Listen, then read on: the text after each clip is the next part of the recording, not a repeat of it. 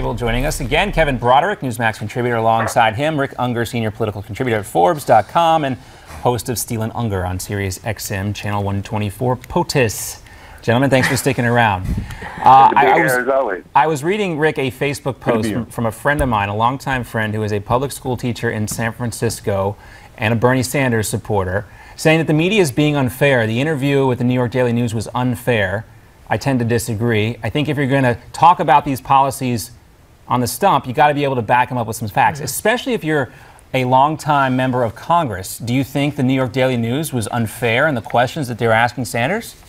No, I actually don't. I do think, I mean, I was a little bit surprised by Sanders' answer to the gun question. It's a little bit in the weeds, but what he really intended to say, I think, was you shouldn't be able to sue a gun manufacturer if that gun has been manufactured properly and it gets in the hands of somebody who's not a good guy and they do something wrong with it. But what he's avoiding is the kind of negligence that was at issue back when he voted for the law that gave gun manufacturers immunity. And it's a very interesting case. Long and short of it, the city of New York was suing gun manufacturers, saying that they were negligently overseeing the channels of distribution. They made that claim because government data was able to show that 35,000 crimes that had been committed with guns, we were able to trace the guns to just 136 gun dealers. So what they were arguing is they should have been on top of it. That is a form of negligence in products liability. That's how Bernie should have answered the question and said that, maybe that should change so that would be okay. He didn't do that. He was woefully unprepared on breaking up the banks, which I will tell you surprised me because this is a really big issue for him. Yeah, I mean, that's been his huge platform, right, Kevin? Yeah. For 8 years, he's been talking about breaking up the banks, ever since the financial crisis. How he has not surrounded himself with Paul Krugman, Jared Bernstein, Robert Reich, these liberal economists that could have helped him along a little bit. The idea that he has no idea on how to break up a bank, has no idea how to handle Israel and Palestine, and is woefully unprepared to deal with ISIS is just scary that he's this close. And if Hillary Clinton drops the ball with this email scandal and he steps in and wins those delegates, he could be the nominee for the Democrats. I mean, Econ 101 would tell you that Bernie Sanders does not understand how our economy works, A, and B, he doesn't understand how our laws work. He didn't understand how you would prosecute the Wall Street banks. He's been talking about that for 8 years, too. Yeah, I mean, how is there no specifics? It's mind-boggling. I think it also, and I'm not an expert here, but he sounds exhausted. He does. Yeah. I think there's a certain part of Bernie Sanders who never thought he was going to make it this far. He doesn't seem to suffer fools lightly, or if he's uncomfortable, he's going to wear that on his sleeve. And that appears to be the case in this interview if you listen to the audio and you read the transcript. I think you're on the money. I was just going to say that. We are at a point in the campaign where they are all making mistakes because they're all really tired.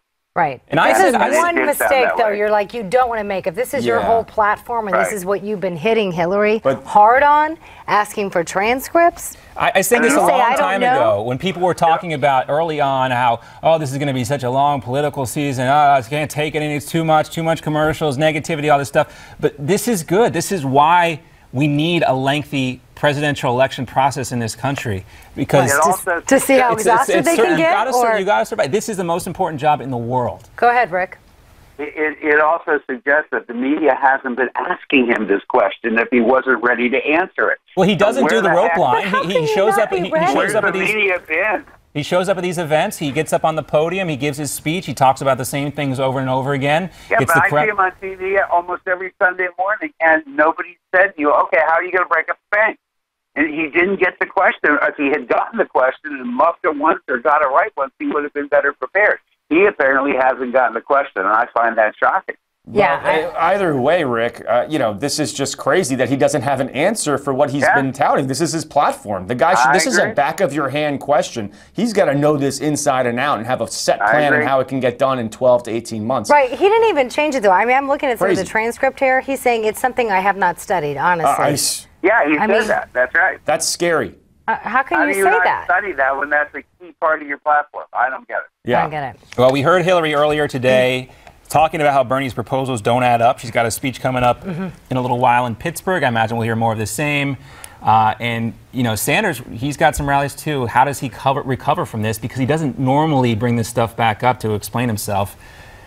You know, it's kind of an indictment. You might have to do a little studying. Yeah. Yeah. I mean, do you think he can recover from this, Rick?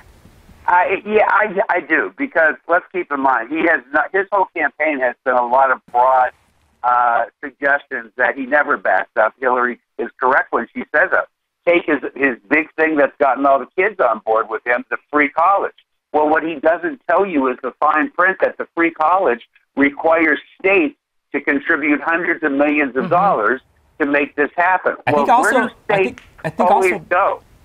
last night, the higher education budget. I think also last night he said he's going to make same-sex marriage legal in all 50 states, which I think the Supreme Court kind of did. Isn't that already done? Yeah, I was going to say. This just in. All right, Rick, I'll be tuning in on the drive home tonight to you and Mr. Michael Steele. Looking forward to that, Kevin. You haven't called in a while. I want to hear from you. I'll call in today. John from Florida. Always good to be on. Thanks, guys. Thanks, Kevin. Good to see you. Yep. All right, coming up next on Newsmax Now, not that long ago, former Republican presidential candidate Marco Rubio pushed a ban on arms sales to Bahrain. Now Secretary of State John Kerry is in that small island nation. Why it's so important and what this visit could mean for national security here. Coming up.